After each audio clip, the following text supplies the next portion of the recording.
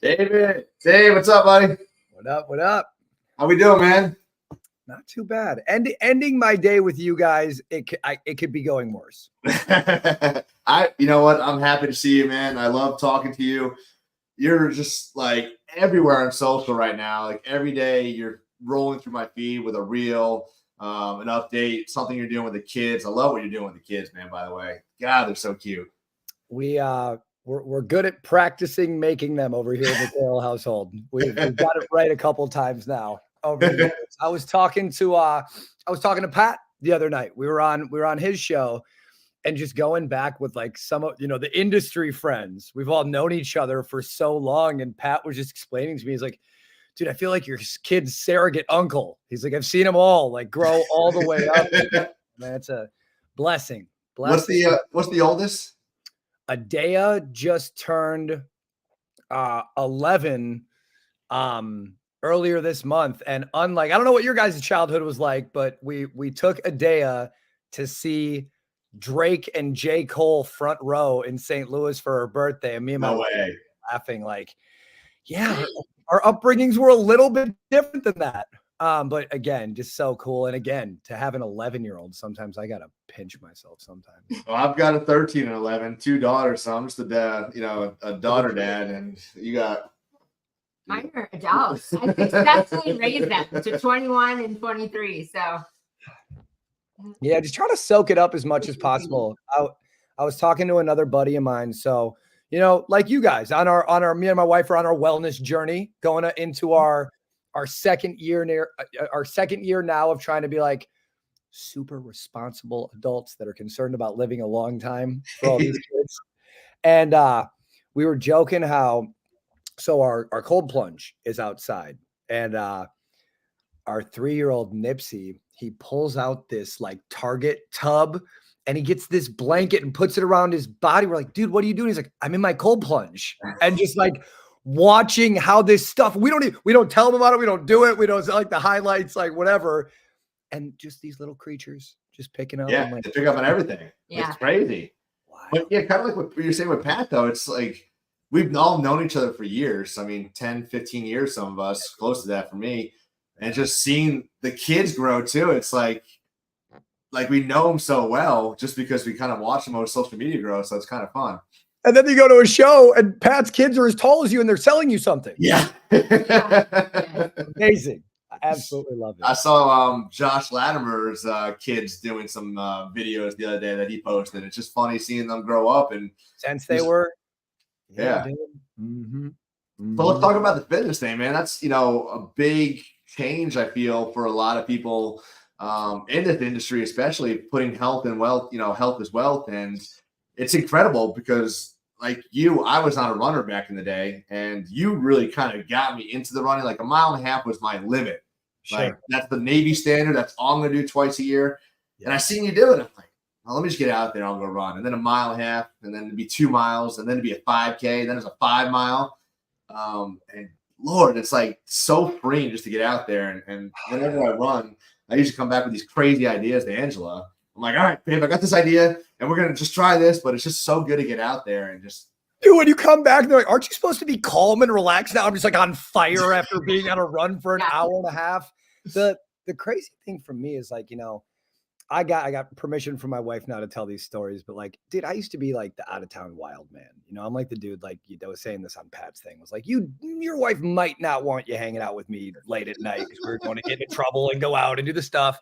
And I was laughing because like over the past 2 years, where previously I would have been like landing in town to go to a show, let's go out, let's have dinner, let's stay out all night and be the, the tired guys in the morning. I'm like, dude, I get off a plane, I pick which of my 2 pairs of running shoes I'm gonna get. I go on all trails, I like find a spot and go in my Uber and like drive over there and like I'm sleeping by 9 p.m. so I can get my 8 hours of sleep and function like a adult. And it's just like the running for me and really the wellness stuff. You know, I combine this.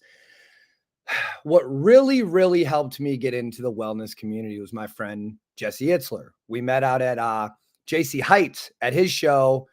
Shit's like 2.5 years ago now. And I had gone through, you know, like Apex. I know you're in there, and like we went through Apex. That was great. Learned a lot. But getting around Jesse and just looking at like, you know, one thing I really admire about that dude is like, you have everything in the world, right? You've sold some companies. I think the Jesse's best sale of his life is he married Sarah because yes. now. And like it's these people can do anything in the world. And the thing they choose to do is focus on wellness and recovery and spending time with their kids. And we just look at the simplicity. You know, I think we've all been in the spot where it's like the grind, the work, and it's just like you just blink and all this stuff is over. Yeah.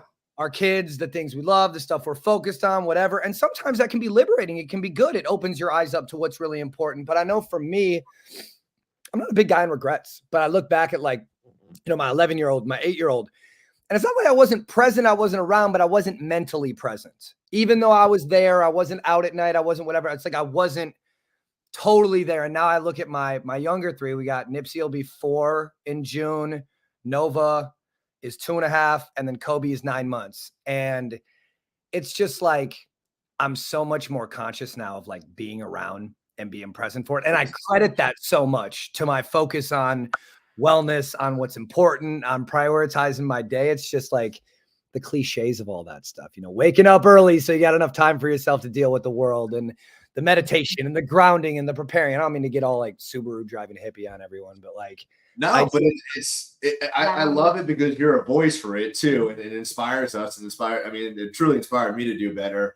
And we keep going and keep doing new things and just figure out better ways to improve our health. I mean, now we're working on sleep. Like that was the big issue for a while, was getting to bed earlier. Now, like last night killed me. I was up until 10:40 on lives. And normally we're in bed ready to go, which I've never been like that in my 42-year-old adult life, like 11, 12 o'clock every night at the earliest. And now 9 o'clock comes, I'm like, time to go. No, when we wake up at 4:30, that means we have to go to bed. I never realized important pillars. Yeah. Oh, dude, it's so, I never realized the importance of the sleep. You know, like we're like grinders, right? We're like going. Oh, this is like so cool that I can make it on 4 hours of sleep. Yeah. And when you truly start looking at the science of it, for anyone watching, if you don't follow me yet, like Pete Attia and Andrew Huberman,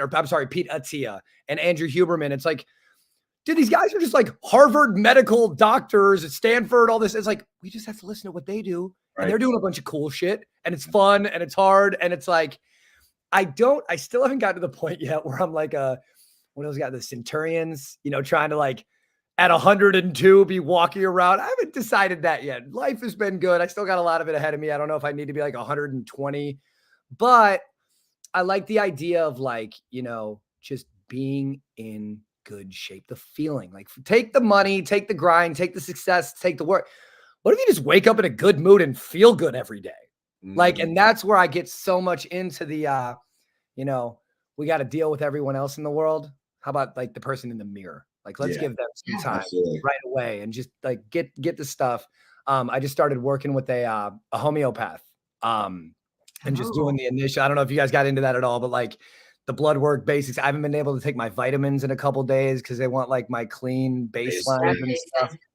But just that optimization stuff, I've almost like, I don't want to say gamified it, but it's like my little, you know, my hobby is wellness. And I've definitely had worse hobbies than that. Physically, I mean, and you're obviously into all of it. The physically, the holistic of like looking yourself in the mirror, addressing all of the picture emotionally and physically and all of it. And it's amazing when you do, and you can see you're not on the other side, but in the middle of it. You know, we're all in the middle of that journey of, you look back at your old self and it's not, you were grinding, getting stuff done. We're like getting everything done. It's not about getting more done or being more successful. It's like what you said, it's like you can barely look at that person like, who was that? Was I even there?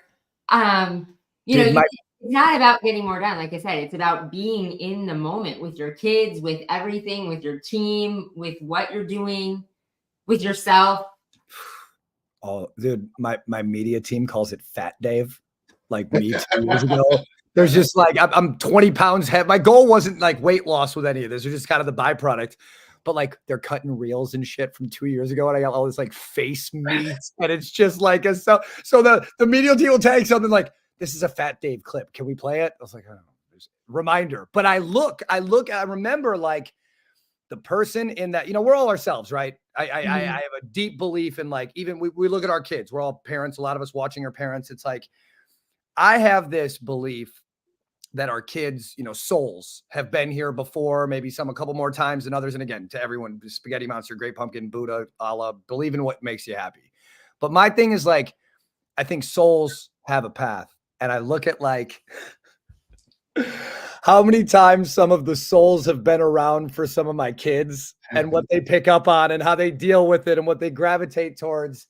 And it's just like, I don't know. I'm just so thankful for the journey, for seeing it, being able to share that stuff. And Angela, you just said something around like, you can be on the path, but that knowing that like, it's not, no one's trying to be perfect. It's never, none of us are ever going to be perfect, but that strive towards it. And I always used to say like, it's one thing to like stop and smell the roses, like remind yourself, those memes, like, where were you 5 years ago? You'd answer this now, that type of stuff.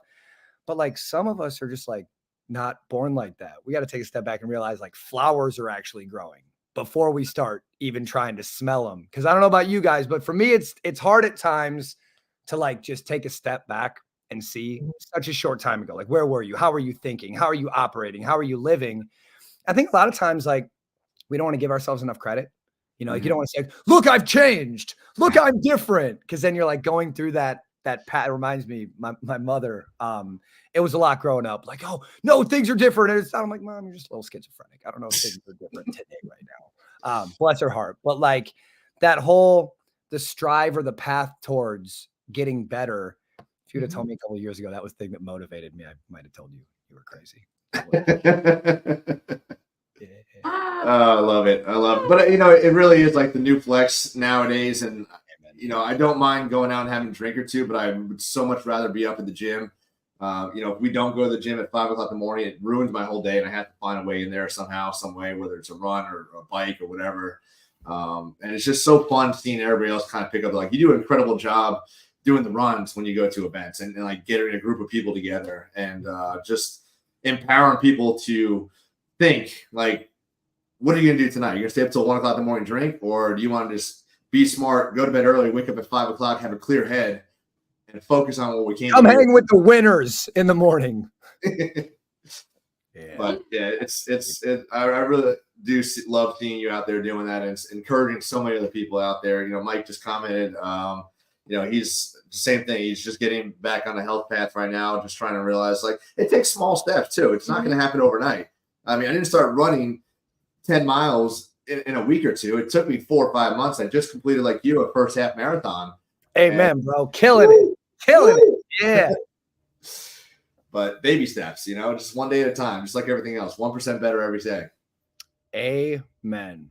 So speaking of 1% better, Dave, I mean, the king of marketing, what is hot right now in marketing? Like what's like the trending things right now? You've been in the marketing space for years, and I've seen you, everything's kind of changing. Sure. I see you talk about the QR codes on what are they called? Yard signs and things like that. You're tracking postcards, EDM, doing that. What's going on right now?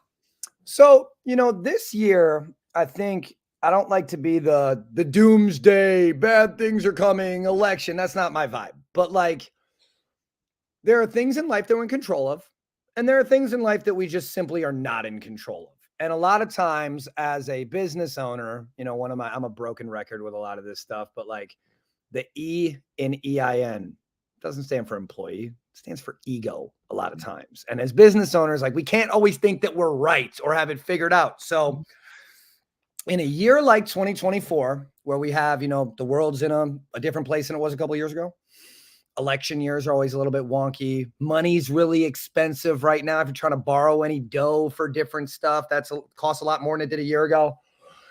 What I've been saying a lot lately is in 2024, it's really about blocking instead of tackling. This is not the year necessarily to go out and be aggressive and open a new market. And look, I say that I'm not your business coach. I'm not your advisor. Go grow. And everyone should. But you grow differently in a year like this year. And my advice, my career is not super long. I've been doing this 14, 15 years. But if you allow the data in your business to truly, truly tell a story, and it doesn't matter if you've, some people open up businesses this year, you might not have some data, but anyone that's been open for more than a year, and I put people in the bucket of you've been open 1 to 3 years, 3 to 7 years, over 7 years, and then over 10 years. There's some different problems that you're solving around that. And I think for anyone that did a full work of last year, I really, really, really challenge business owners, our partners, people that we consult working with is how can you identify what you were doing good last year? So maybe instead of trying to do some brand new stuff this year, how can you look back in your CRM and let your data tell a story? And there's a really, really simple exercise to do this that I always like to share when I get the opportunity to talk about it. So it works like this.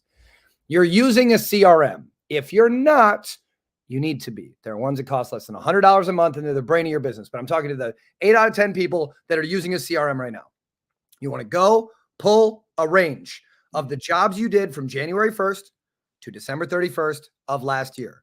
You're going to take that list. You're going to put it on a spreadsheet. You're going to highlight the whole thing. There's this thing in Excel. It's a little diamond in the half corner. You can look it up on YouTube. It will highlight the whole spreadsheet. You go to data and sort, and you sort those jobs by zip code. You're going to pull out your 3rd grade hat, mean median mode. You're going to take and tally your top 3 zip codes where you did the number 1 service that you want to do more of this year. Mm-hmm. 50% of your marketing budget should be in those zip codes. Bigger business, bigger market, more data. Add 2 more, do 5. Add 2 more, do 7. The 3 is not a rule. But when you get to thinking, how can I get my service in front of same or similar people? The jobs you did last year will be the first couple chapters of that story. So now you've taken that list. You're looking at a spreadsheet. You got your top 3 to 5 zip codes. You're going to take that same list. You're going to upload it into Google Maps as if you were making a route to drive to these places. You're going to zoom out and you're going to find the 3 to 5 neighborhoods where you have more than 3 jobs. JC, you went to Harvard like me, right, Angela? I know you taught there. I got a PhD in public high school diploma. Right. All of us. That's what she did in college. Exactly. We're all alma maters, Harvard hats on. So sadly, we did a case study at Dope. The average home service company is getting 2 to 4 touches on their ideal customers. It's very bad because our alma mater at Harvard told us that it takes 7 to 11 touches to get a cold consumer to remember a brand. What we know about the neighborhoods that we worked in last year is that we already invested in some of these touches. We have done some work. They saw our sign. They saw our truck. They saw our door hanger. They saw our Facebook ad. They looked us up on Google. They saw JC looking buff in his t-shirt at the gas station. All of these touches that we already invested in. We need to look at our top zip codes. We need to put those on a map. We need to look at our top neighborhoods because as humans, whether we follow a wellness journey, we're parents, we're on the path towards that, whatever it is, we are predictable creatures. We all have things in common. And the idea is 9 out of 10 Americans, the biggest financial investment they will ever make in their life is the American dream, is the purchase of their home. And in the home service space, a lot of times, 9.8 out of the 10 people we want to talk to during the day, they own a home. So there's 350 million people in the United States, 90 million own a home. 9 out of 10 of those, it's the biggest investment they'll ever make, except those other 9 million ballers. So we have 81 out of the 90 million people that the biggest financial transaction they'll ever make in their life is their home. Can you guys guess, anyone in the audience you guys were talking to, what the second, third, and fourth largest financial transaction that a human will make in their life? Put it in the chat, yell it out, whatever. I bet you're wrong. It is not braces. Go, guess. I would say a car. Not a car. I knew I was wrong. It's not a vacation. It is maintenance, improvement, and upkeep to that house they bought. All of it when you total up. So the average American will live in their house for 5 to 7 years. The money that they're spending as you total it up. Yes, I know you might spend money on a vehicle, but when you add it up over the money, like we're about to paint our first floor of our house. It's not going to be cheap.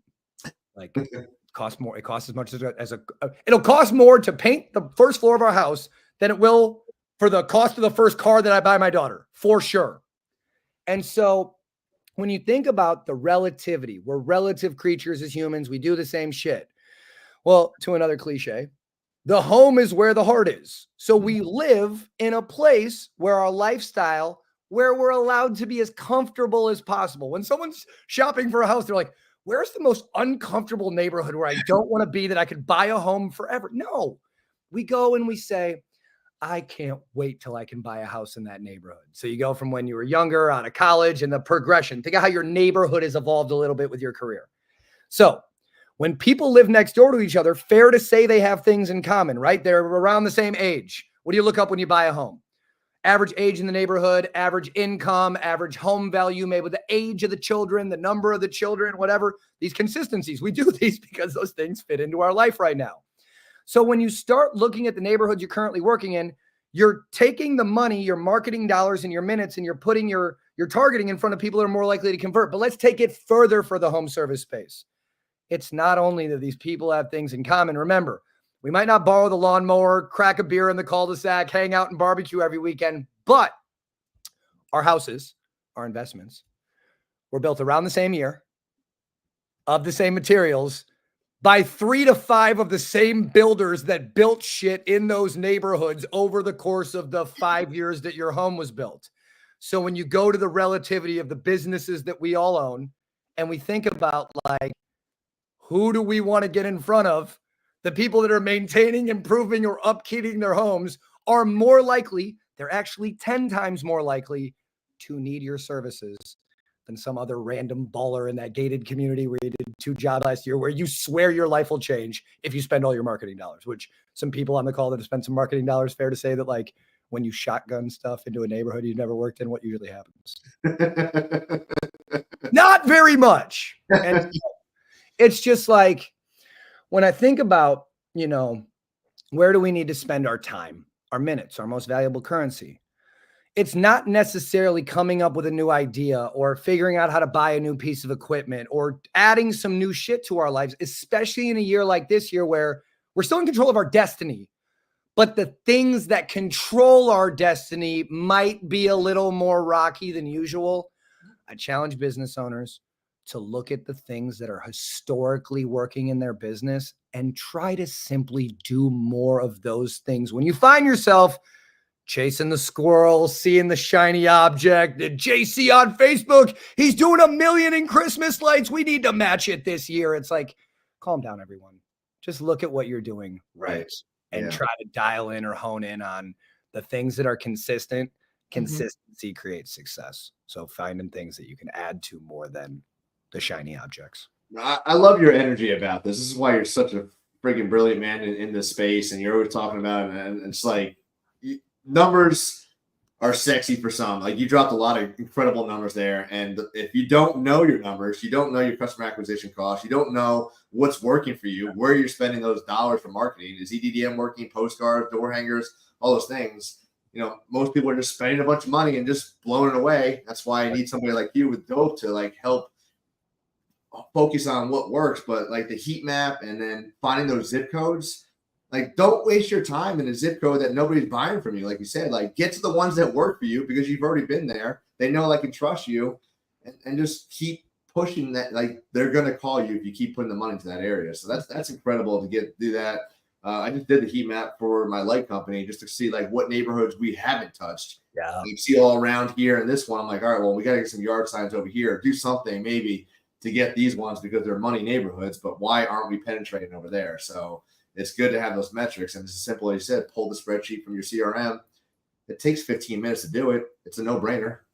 Data can get really overwhelming. And the other thing is like, you know, you hear these buzzwords, data analysis, data modeling, data-driven decisions. You're like, shit, dude, I can't even spell data. I don't know how to do any of this. And it's like, there's when you think about homeowners, we're all at an advantage. Everyone on the call here, watching the live, the recording, everyone coming to Sales Boost is like, our audience is pretty predictable.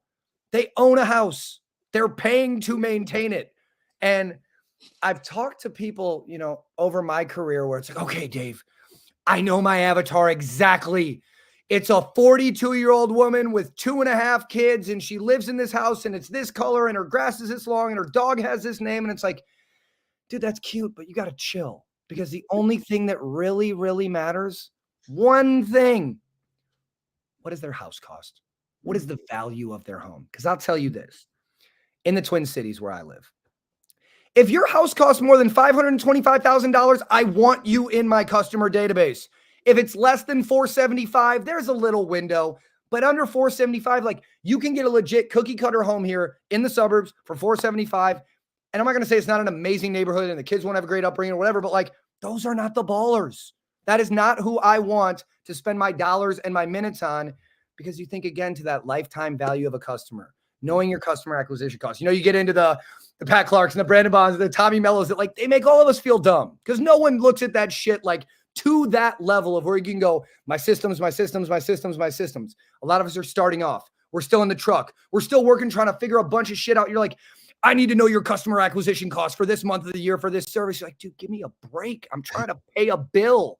What you can do is say, I'm not wasting money and time on people that just don't have a house that costs this much, because they are more likely to be able to afford me. Because if I listen to anything with all the talking heads online, it's that you have to charge enough to pay your people good and to run your business. So that whole raising your cost and knowing that's the things you can be held accountable for, you know, most services. And I know all of us provide a wide range, from Christmas lights to exterior cleaning to garage doors to HVAC to roofing, to tons of people are going to be at Sales Boost and listen to your guys' content. But if you simply understand, like, if someone had 100 leads for me right now, I would pay this much per lead. I know I would, because I simply know if you had me or my sales team on that call, I will close 3, 4, 5, or 6 of them. So if JC came to me and just said, Dave, I got 100 leads, they're qualified, I would pay $100 per lead for my power washing business. I know this because over the course of the time that person lives at that house, I will be at their home 1 to 4 times a year until they move. Mm-hmm. And if I ask them how long they've lived in their home, and I put that in my CRM, and I take the data that we're not in control of, but that's a stat, but the average person is going to live there for 5 to 7 years. JC and Angela, when did you guys move in that beautiful? I'm looking your house up on Google. When did you guys move into that home? Oh, you've lived there for 3 years? I'm trying to squeeze 4 years out of you. I know that if my average customer, I can get $1,450 a year out of, unless you do lights, I can get a little bit more. But if I can get $1,450 out of you and I pay $100 and my margins are around anywhere from 18 to 22%, depending on what services we offer, you can let that, you know, again, the data telling a story, but it all starts, again, for anyone who's like, Dave, slow down, you're saying too many numbers. Home value in neighborhoods that you're working in, and then just keep replacing yourself during the day so you can spend some time looking at this stuff. Because like, one thing we all got to see over craziness 3 years ago with masks and shit is like, home service industry isn't going anywhere. It's getting better, and private equity is coming in, and they're buying our businesses for way more than they were 5 years ago. And so we unknowingly are all, when I started my power washing company 14 years ago, I did not go, I'm in the most tried and true industry in the world. I was like, I can afford that ladder and I know how to climb shit, and I can do something that you don't want to at your house for money. I know that. It just showed that when people were sitting at home, they still didn't want to do any of this shit that we charge them for. They actually want more of it done if they're at home.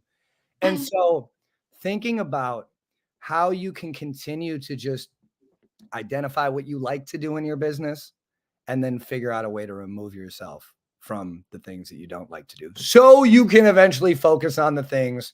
And when you have the opportunity to meet my man, Tommy Mello, you can tell him, you know, your numbers. He'll give you a high five with that huge hand of his, because you know your shit.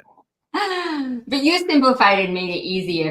Because all that, like you said, looking at the numbers and knowing all of them can be overwhelming. But if you just have time to do the basics, pouring the fire on what is working, like pour more gas on what you know is working. And you broke it down to be easy of that. Like, what neighborhoods what value of house in the neighborhood that you're in, and just go after that.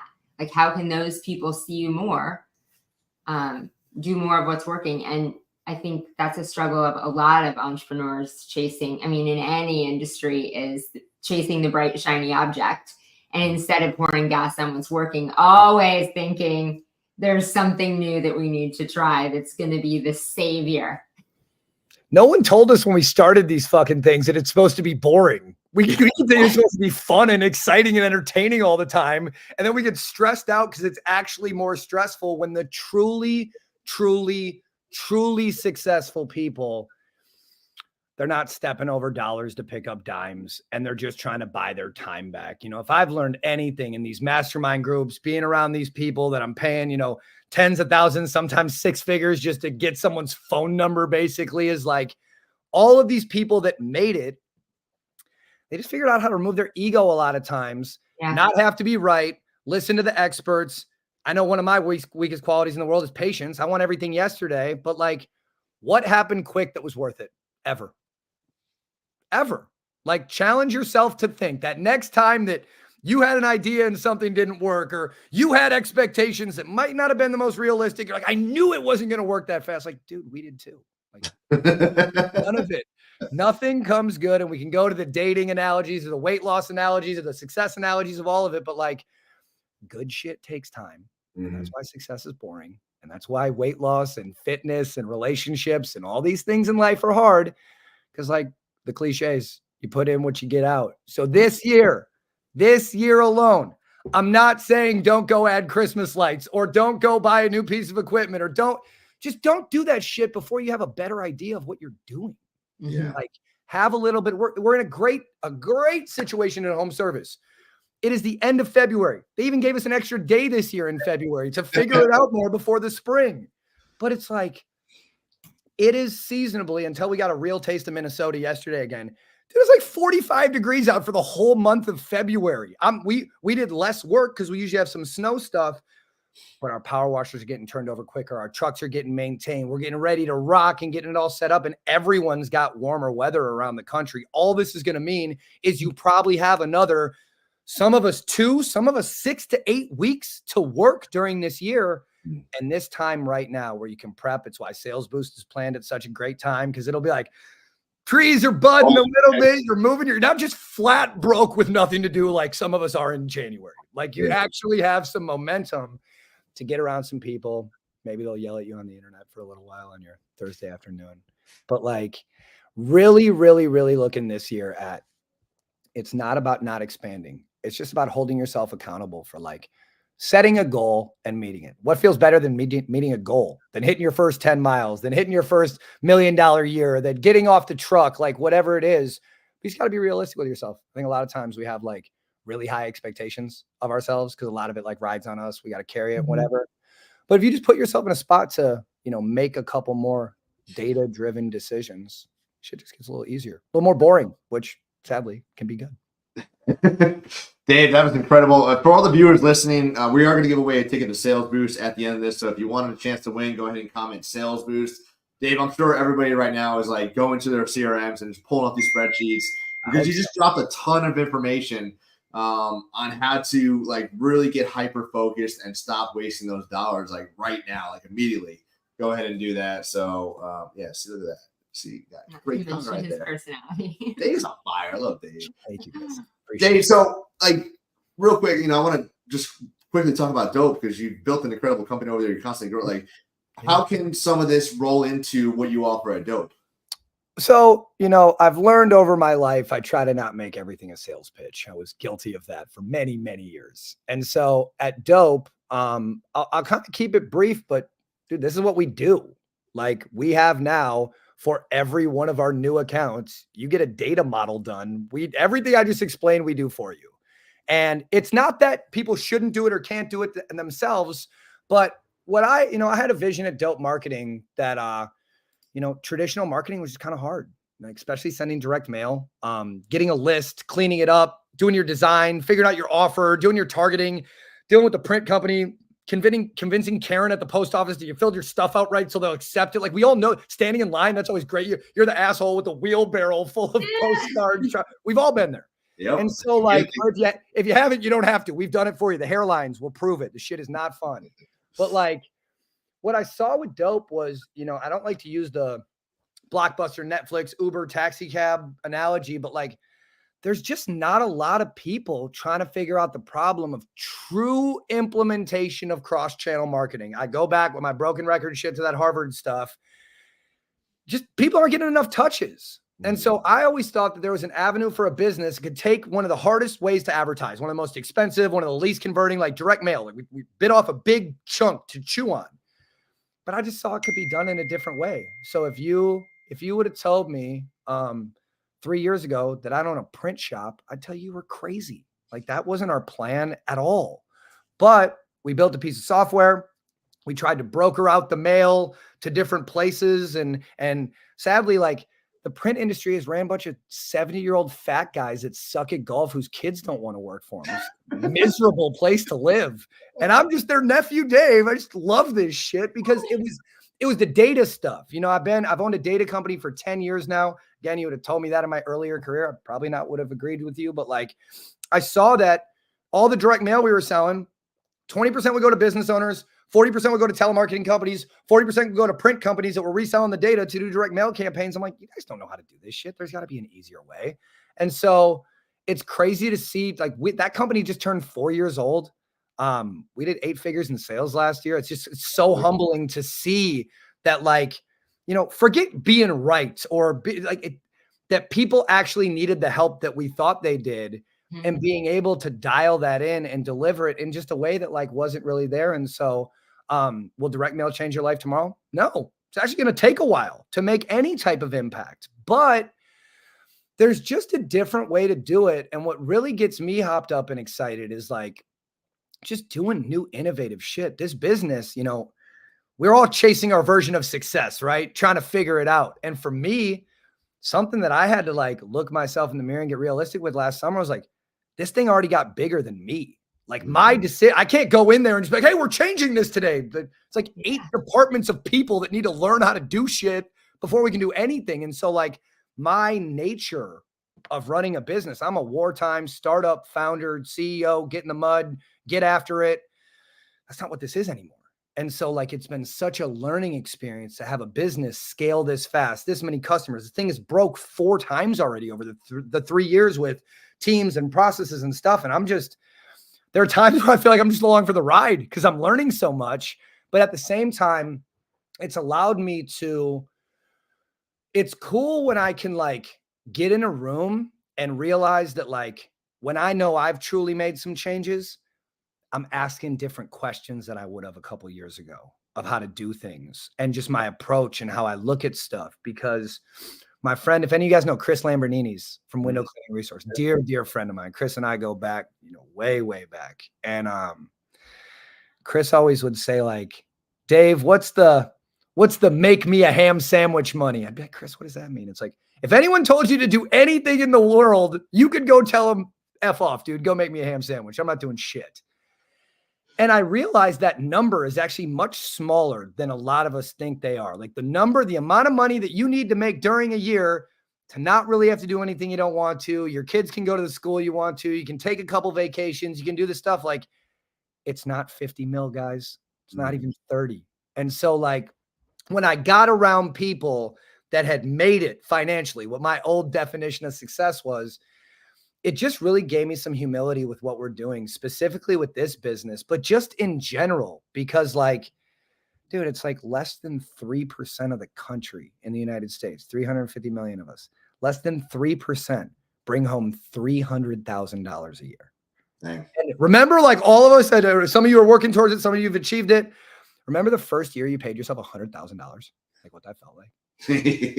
My doctor? Can I do brain surgery now? Like this amount, and then to see like the evolution of business and the fact that like the people that are the most successful are usually the most boring. It's not some moving, shaking entrepreneur doing every single thing.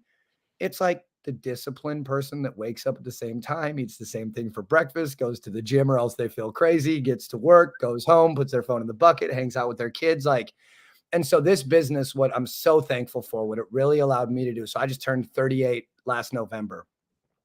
And it really allowed me to see, like, you know, what's really important. What am I really, really trying to focus on? So outside of the numbers and the stuff and the fun people and the, you know, the team, dude, we're going to take our whole team to Cabo at the end of this year. How amazing is that? Like, so that's the stuff that makes me feel good. And so outside of, you know, being able to help businesses, being able to do what we love, train up, like we've really found, like, we have a great entry program for kids coming out of school where we like train these little marketing beasts. It's like one of the things I'm most excited about.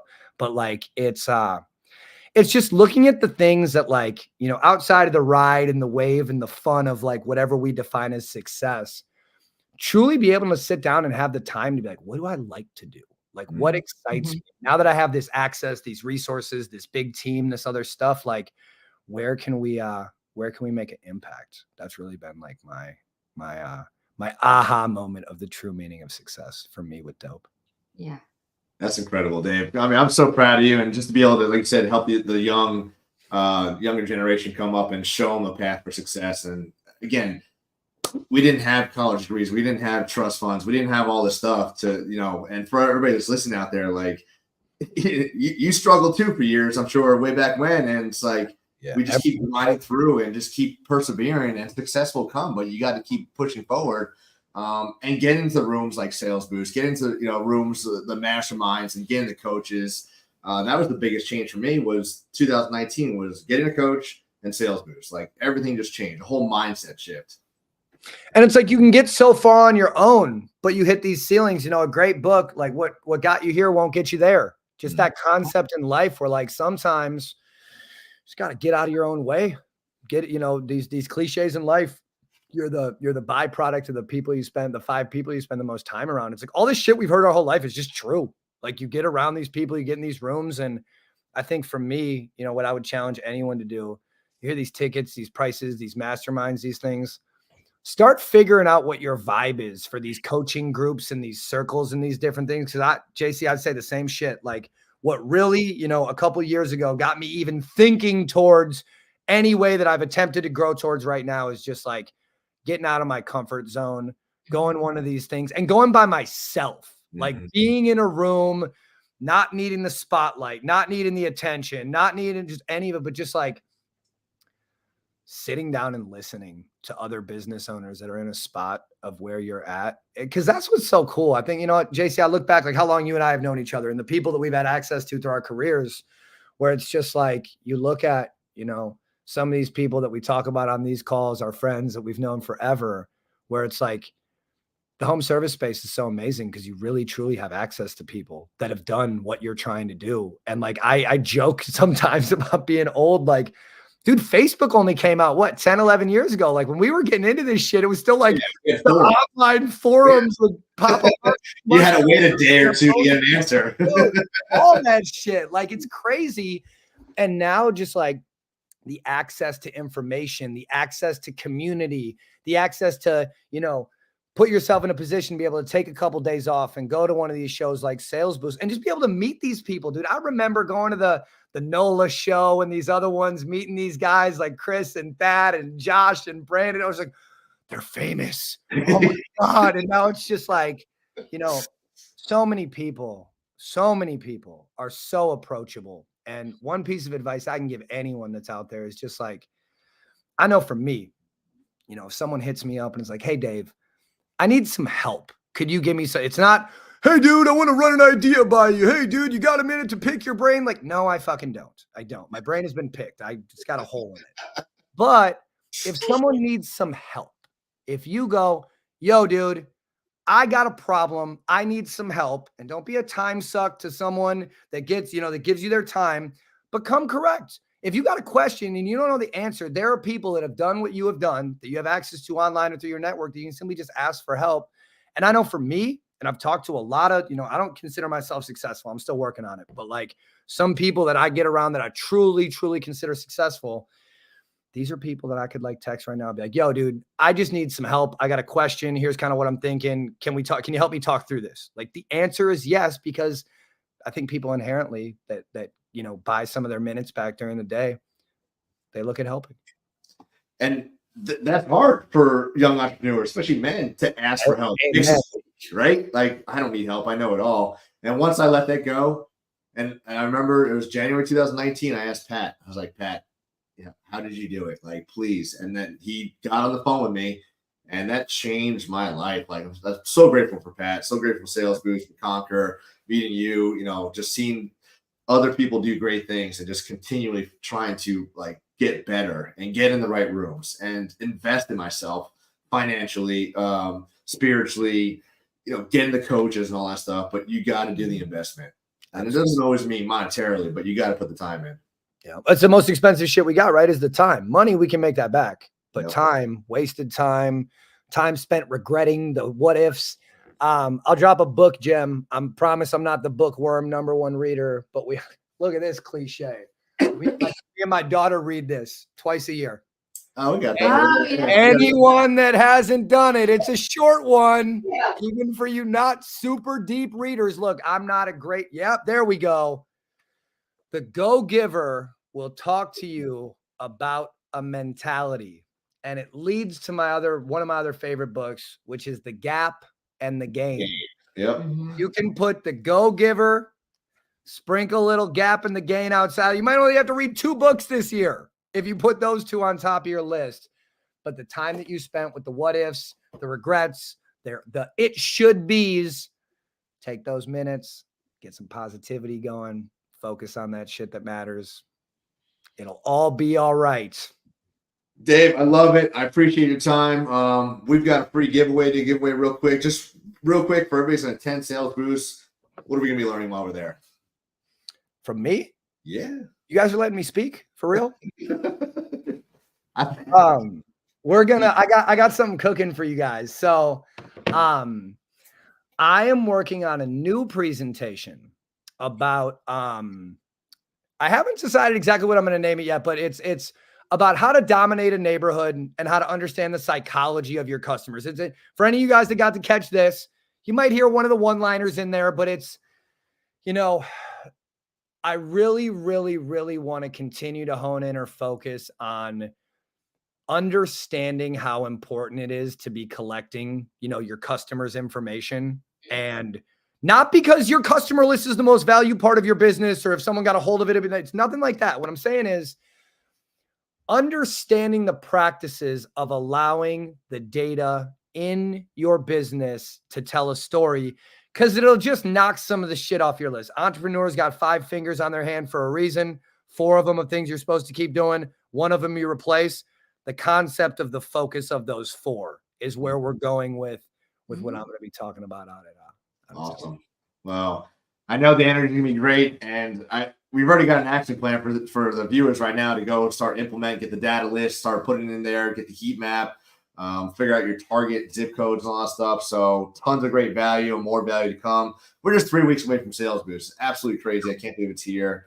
It is March tomorrow. Thank you, Leap Year, for giving us an extra day to stick in February. Let's go ahead and do a free giveaway. We got 5 people signed up. Do this little whammy Vanna White spin here. Let's see who's going to take this thing home.